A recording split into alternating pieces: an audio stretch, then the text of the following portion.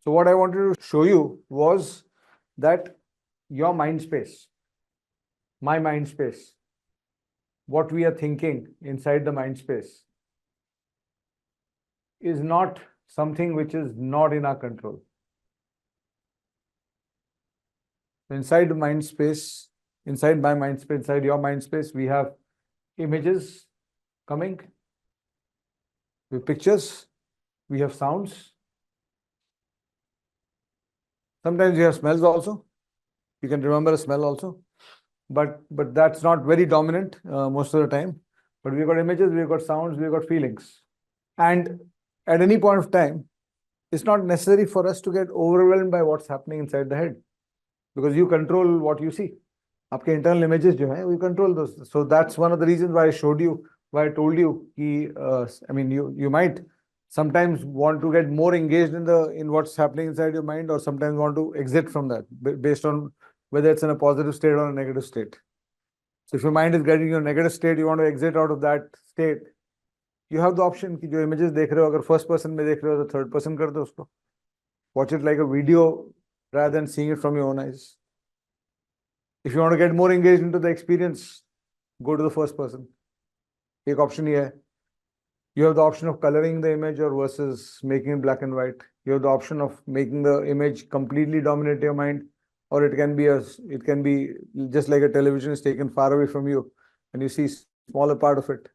So these are things. You're like the director of the sounds and the sights and the feelings that are happening inside your mind space. And unfortunately, we've never been told this.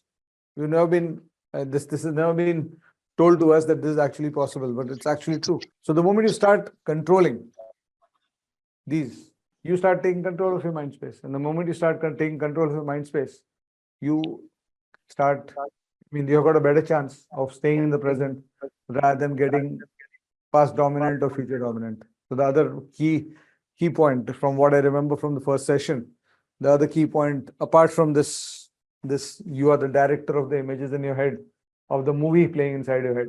Apart from this, the other key point was whether your mind state is past dominant, future dominant, or present dominant at times. Once you learn to stay truly in the here and now, once you learn to stay truly in the present, and all great people have that ability, and the normal people like the yous and me's in the world have not built that ability.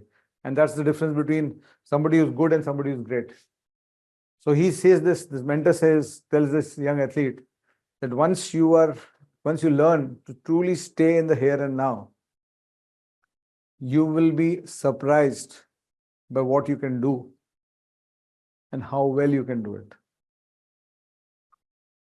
Right? And things have happened in your past life where things have happened by accident.